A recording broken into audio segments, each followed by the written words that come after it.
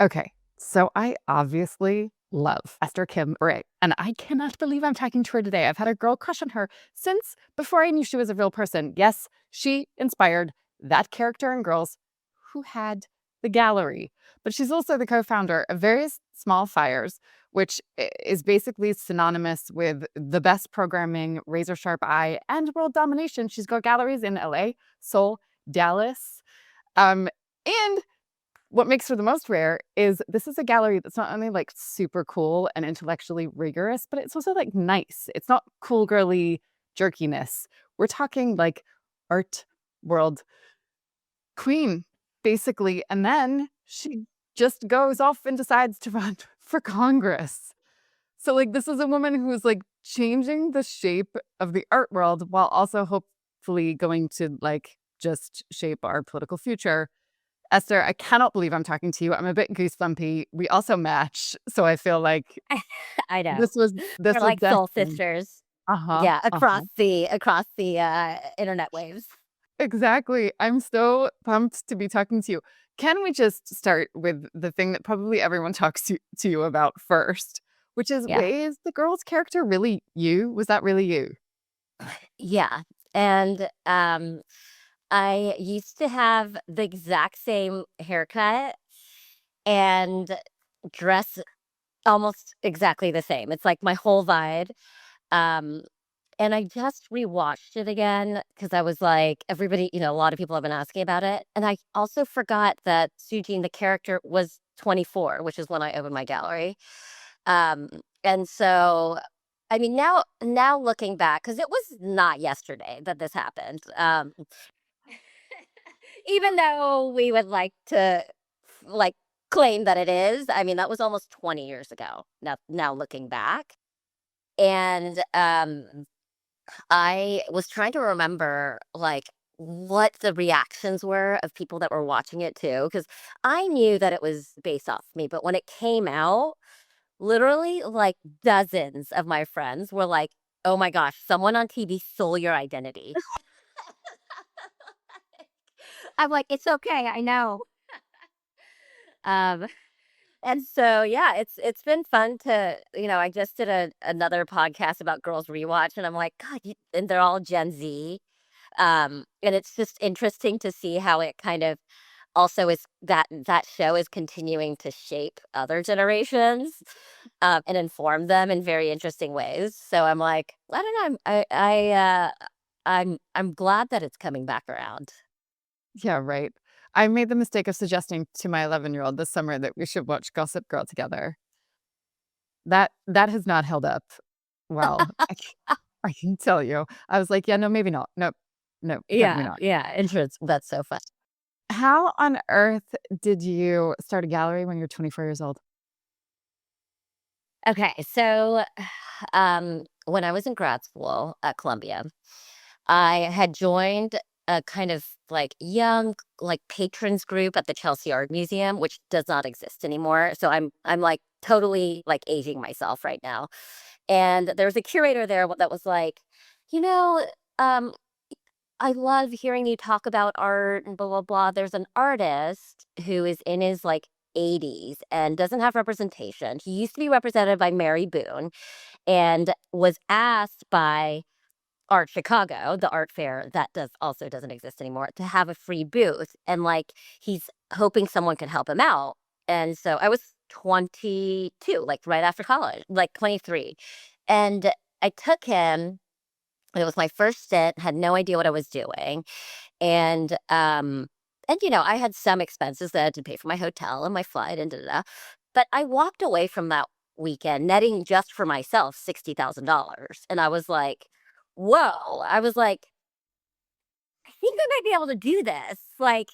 Um, and it's a little bit of that like fake it till you make it kind of attitude that in the art world goes a long way, as you know. And because literally, like, there is no expertise in contemporary art. It is what you say it is or what you insist on it being. And because that history is being formed in real time, I was like, "Oh, okay, I can do this." Like, and I remember in the beginning when I took that money and I asked my dad. I was like, "Dad, I want to do this thing.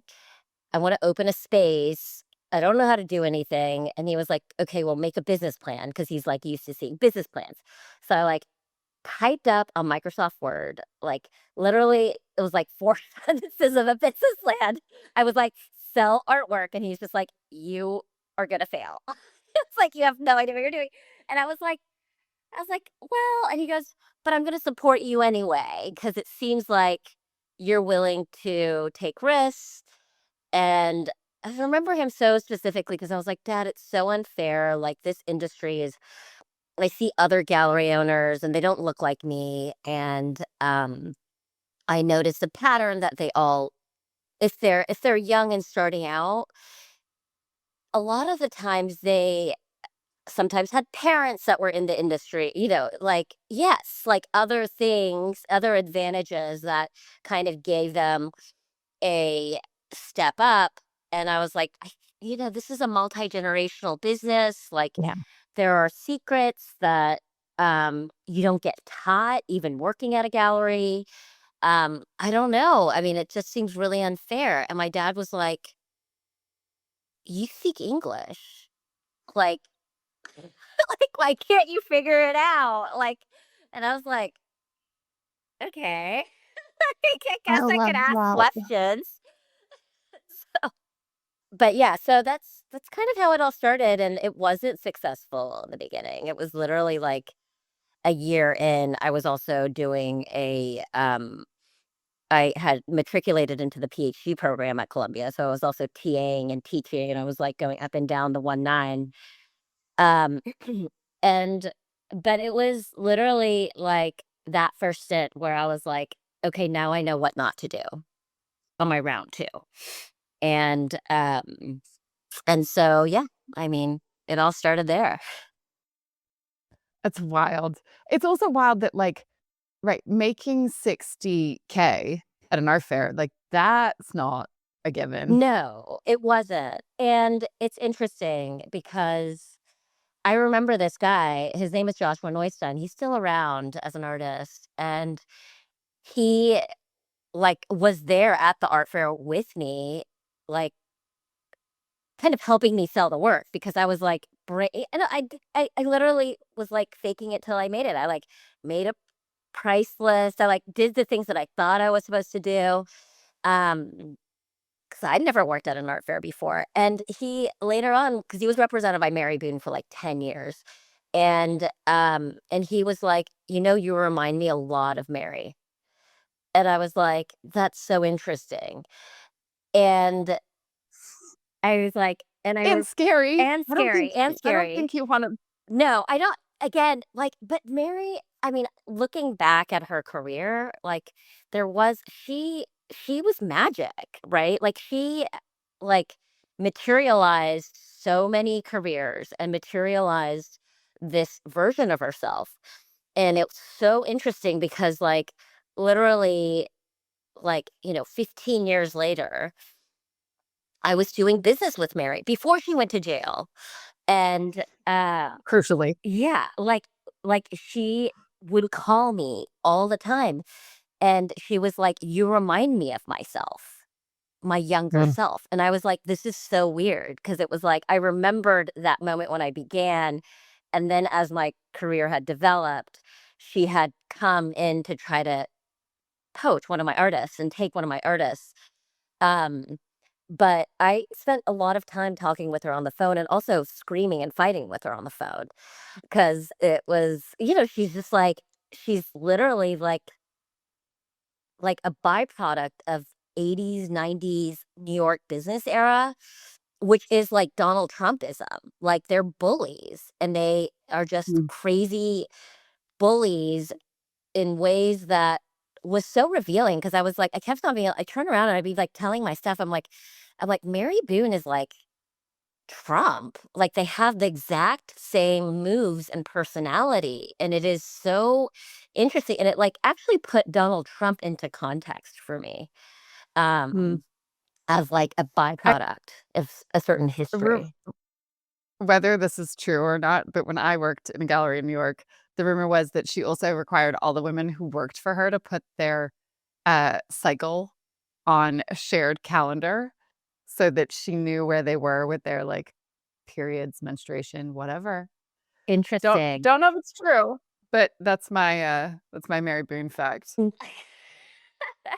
I mean, whether or not it's true, even the fact that she has rumors like that around her is pretty Tell you powerful. everything. Like, I mean, Yeah. that's kind of like for a woman of that era to like have that kind of reputation and respect and fear.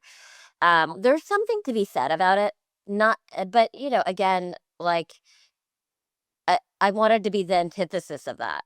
So Yeah. it was nice to have those data points though with her.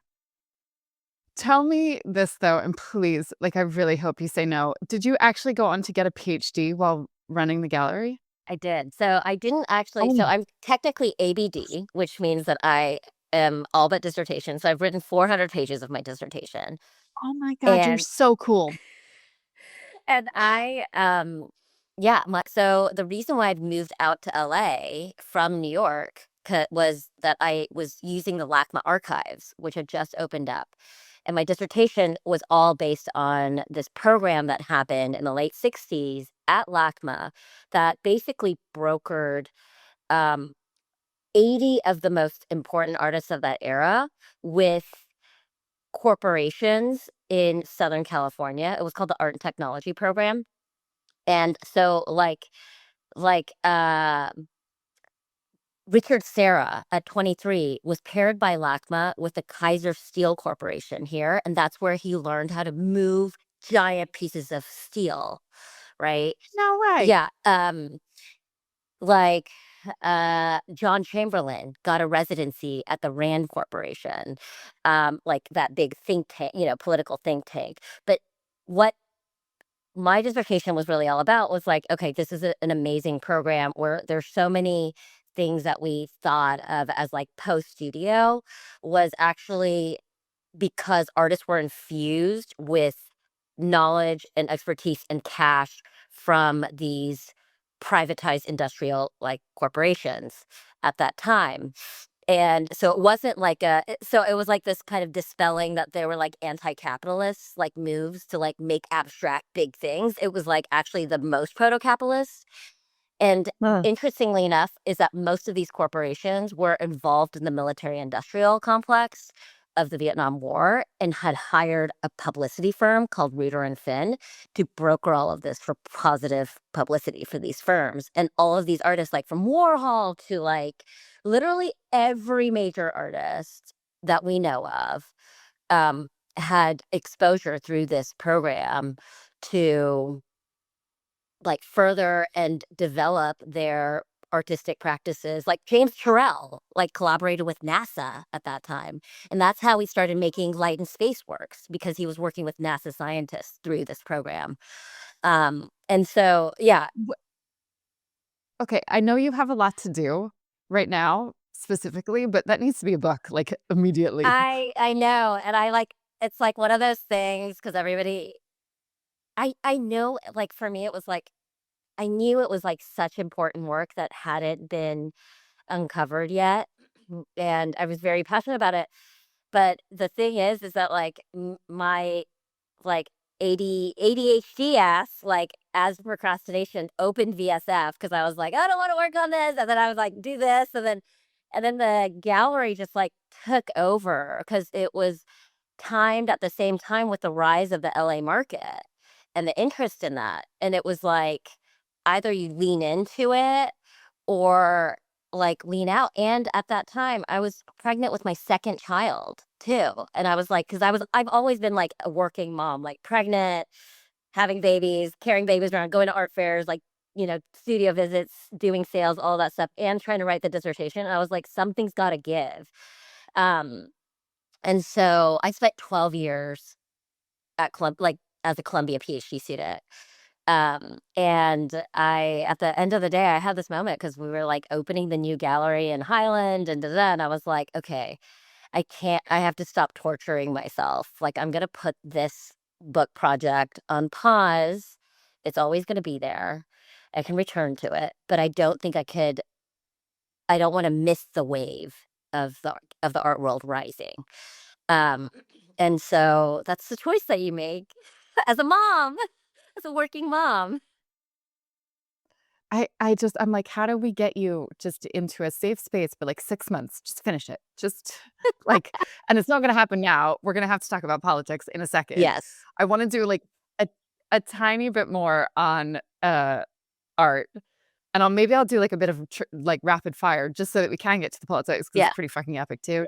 Damn it, I swore, which means we have to put explicit on this, which is always my issue, but it's fine. Um, okay, so the gallery starts taking off. What do you think? Like, well, I think I have 3 questions. How do I do it rapid fire? Okay. What your how did you pick the artists you were gonna work with? Ah. Well, first of all, VSF started out of my living room in Venice Beach, right? So in LA. And during my procrastination era with the dissertation. And I realized historically, because I had done most of my studies, I was an undergrad at Yale in art history, and then I did the Columbia thing. And so I understood the major narratives that were happening that were being pushed out of these um, scholarship centers, and there was a distinct disdain for West Coast art, and the kind of from that perspective of like putting it on a shelf, putting it on a tier that wasn't as developed conceptually as East Coast art was. And so when I was like, okay, I'm going to do this, and Various Small Fires is named after Ed Ruscha's book that was self-published in Venice in 1964.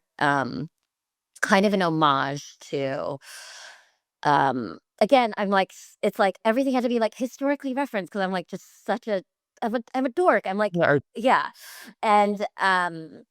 and so I started working with LA artists. That's how I started, because I was like, if I'm going to open a gallery here and run something here, I was like, it is my responsibility to be a storyteller of the place that I am in, and to then do my job as a historian, a curator, an advocate, to push out to the forefront the ideas that represent this place.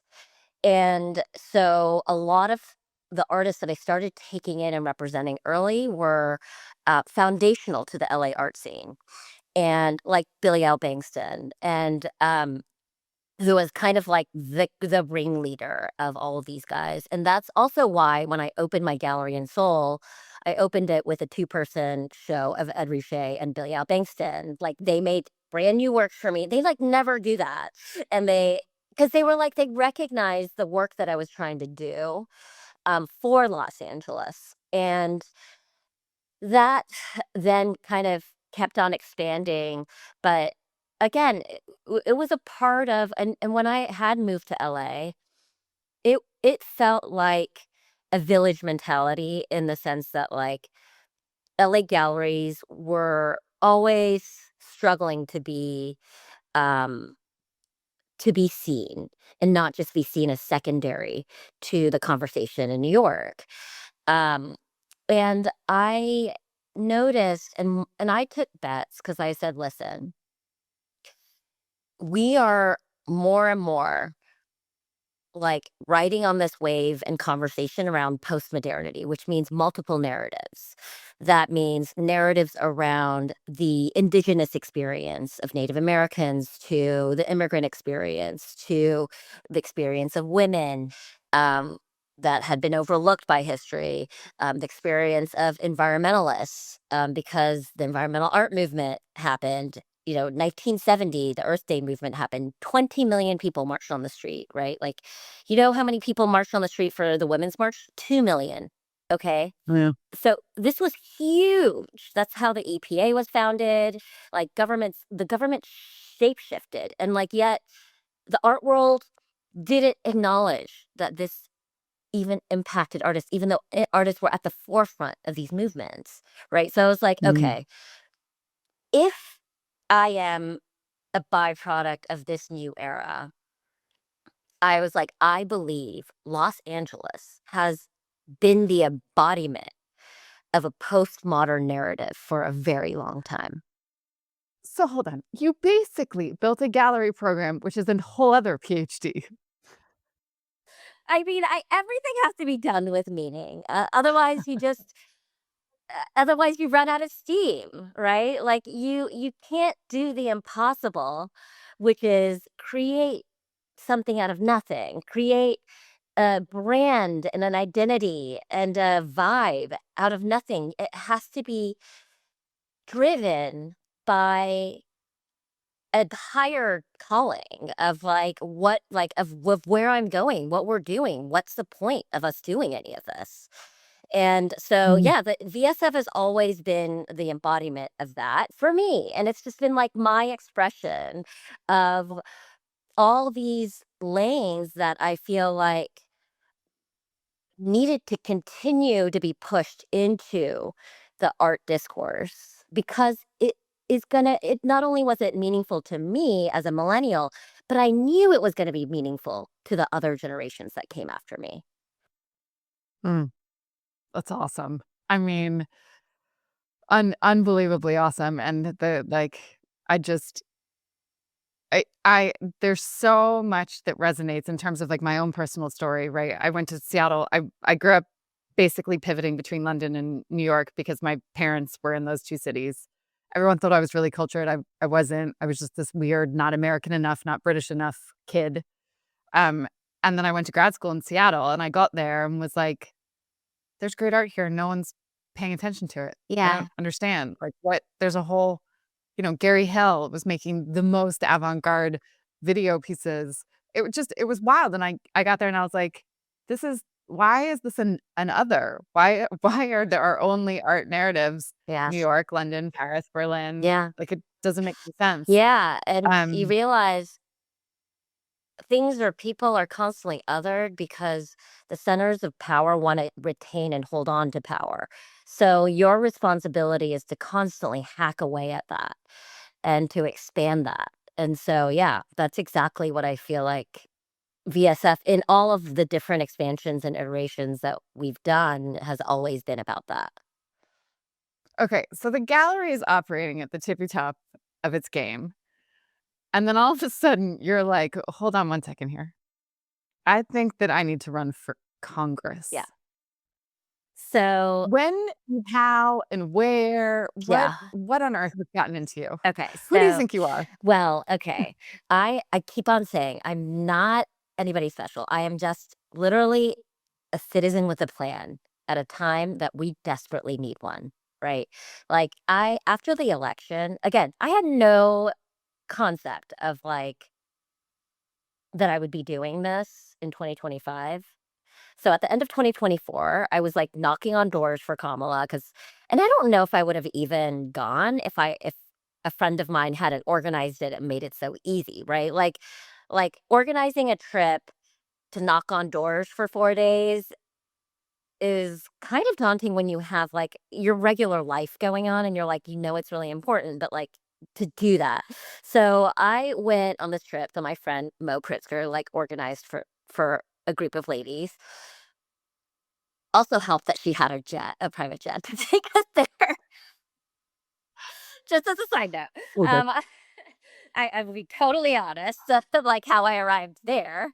Um, and I went knocking on doors and I was like Where? in Where did Michigan, you go in knocking on door? Detroit. Okay, Okay, because it was like okay. that was like one of those and Mo Swing is states, from yeah, battlegrounds. is from there. And so and I came home and I was like, and my husband are very passionate about politics, but only to the sense of like we'd support different candidates, like if they asked us for money or whatever it was. It wasn't like super extreme like what I'm doing right now. But what I realized is that all of my assumptions about who we were as a country living in the bubble that I was living in were wrong. Like, I was talking to Black women that were voting for Trump because of the pro-life issue for them, and I was talking to, um, Lebanese Muslim girls in their 30s who were voting for Trump because they were convinced that Biden was enabled Israel to attack Lebanon. And then I'd be talking to like Orthodox Jews that were voting for Trump. And I'm like, wait, the people on two different sides of a war like are both voting for the same president for different reasons. And it's like, it was just wild. And I came back and I was like, okay, we're gonna lose so badly, and we did. And then when we lost, we all have that like that ugh, like sick to our stomach feeling, living under the Trump era and being like, God, it's like this is so intense and so much. And I was like, I remember this feeling, and we felt like this for 4 years. I like can't feel like this anymore. And I realized, my husband was like, you know, God, we lost by such a slim margin the House. Like the only thing we should be focused on is winning back the House. We lost the House by 3 seats out of 400 and something seats across the country. The Republicans have such three people, around 432 seats, and we're only down by three. Okay.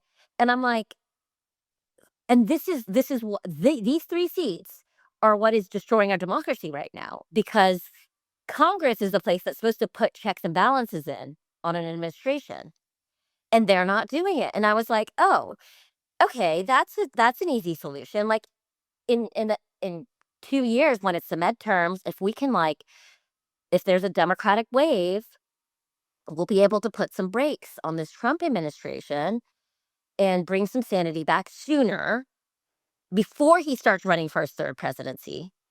Like before he starts doing all this crazy stuff. Well, he's already started doing it. And I was like, "Oh, I'll go flip a seat. Like, how hard can it be?" And I like literally Googled how to run for Congress because I was like, yeah, like, because I'm so solutions oriented. Like, I'm like, I'd rather like just do things than despair. And I was like, oh, well, there's an answer. And I found this woman who is in my own Korean American community. She's like MAGA, blah, blah, blah. And her seat is Biden won it in 2020 by 2 points, and Trump only won it by 2 points in this cycle. She won this seat. She continues to win this seat because she raises so much money. And all the challengers, Democratic challengers, like she raised $8 million in the last cycle, and that her Democratic challenger raised 800,000. Right. So like she just like buries him. And I was like, oh, okay. Like the numbers are there to win. But if I can figure out a way to like competitively raise with my art network, with like the Rolodex that I've built. Like, I'm like, we can use this for good and compete.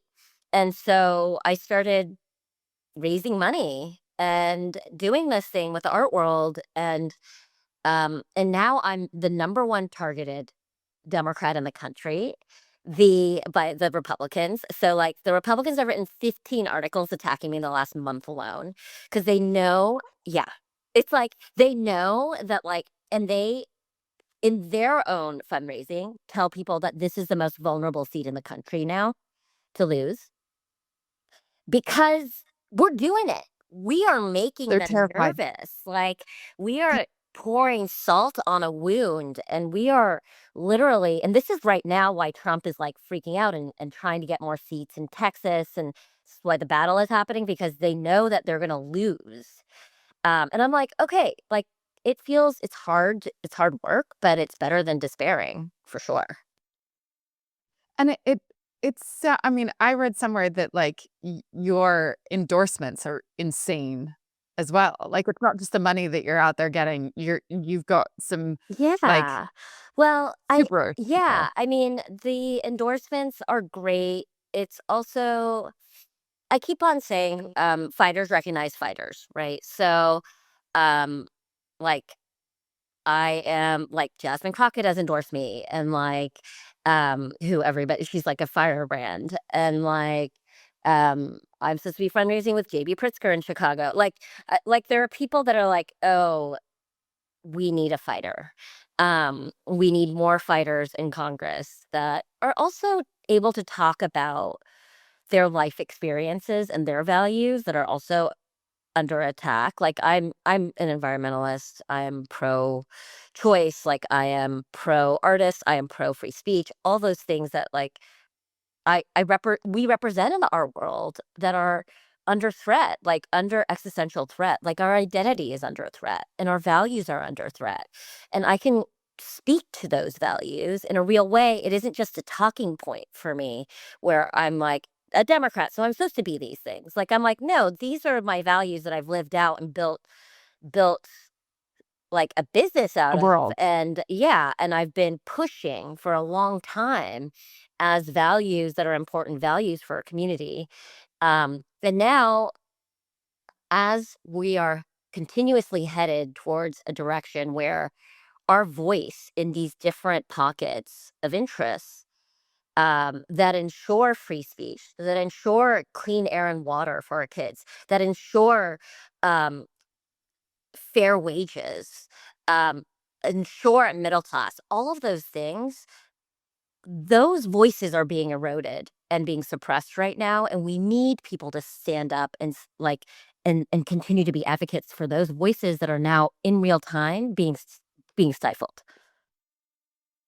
Can I ask, so I love all of that, and one of the things that upsets me greatly about politics at the moment, and so many of us, is just how polarized it is, Yeah. right? And what I can see you being great at is, like, working both sides of the Yeah. aisle, Yeah. right? Like, not going so crazy one way or so crazy the other way. But can I ask you, like, 2 well, 1, I'll ask 1 first, and I'll go with the second one. It's like, what are you gonna do? You could get elected, and what are you gonna Yeah. do?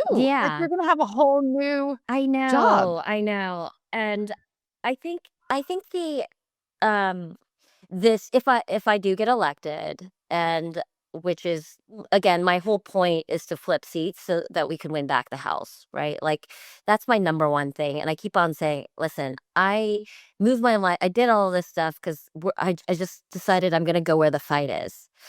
And this is where the fight is right now. The fight's in Orange County.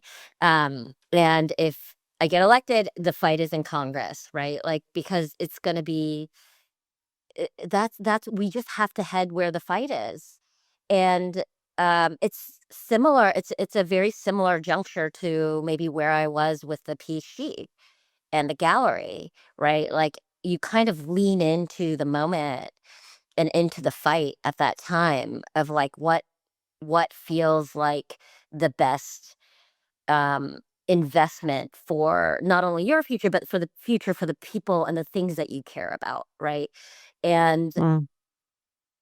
right now we are, and I will just say, like, I am the daughter of North Korean refugees, so that kind of sheds some light onto why I feel so much urgency around fighting authoritarianism. And we are at that phase where so many electeds already believe that we've already had our last free and fair election. So, I would say the majority of people feel that way in Congress in that are like in the eye of the storm. Because this guy is a cheat. We know that. He will do everything in his power to hold on to his power. And we know from his life patterns he has no redeeming quality about playing fair. Um And he is, again, a schoolyard bully. He will do whatever it takes to stay that schoolyard bully. Mm. And if we don't fight now in this window, it is a very, everything is going to be an uphill battle. We'll see it. Even if I flip this seat, when I flip this seat, they're going to call nationally a stop the steal and bring in federal troops. We are preparing for lawsuits. We are preparing for all sorts of things, um, because that's the era that we're living in. And I made a decision that I could not look at my kids in 5 years or 10 years from now and say I did nothing when it was Mm. when we were the adults in the room. when we tell them at school to be change makers, yet we don't do that to model it in real time for them. Mm. Like Uh, that, the thought of that, of me telling them I could have done something, but I didn't, is crushing. And it's better to do the hard work than to face that kind of reality later on for me. I, and here's the thing, right? Like, if I've learned anything 20 years in this business, is that like the art world works harder than most, right? Like everyone thinks it's this like glamorous openings and money and private jets.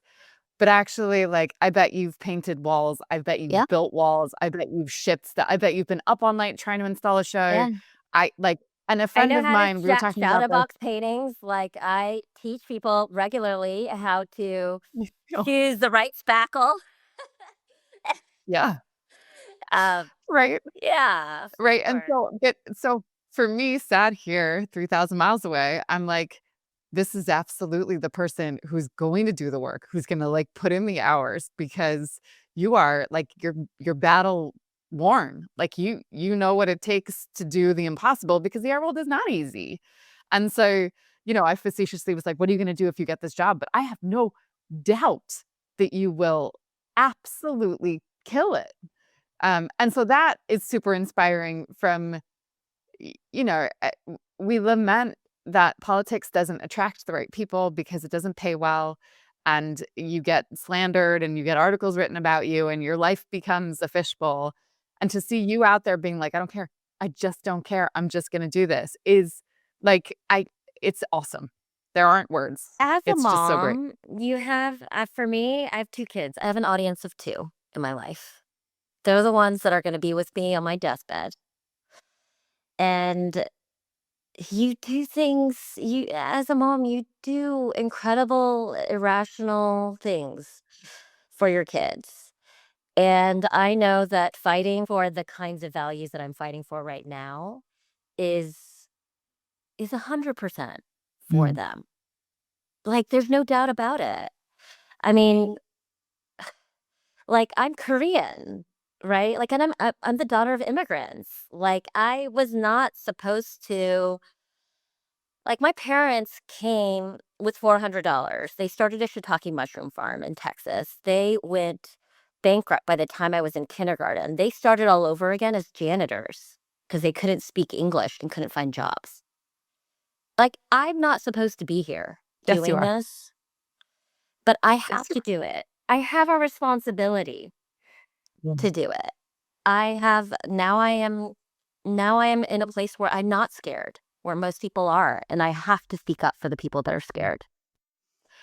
Dude, on that note, you've got a big giant day ahead of you. I'm not gonna take any more of your time. You are, like, the best light of hope of everything. You have been in the art world for so long for me as a shining beacon of everything that's right in that world, and I think that you're about to go be a shining beacon in the real world, and, like, just thank you.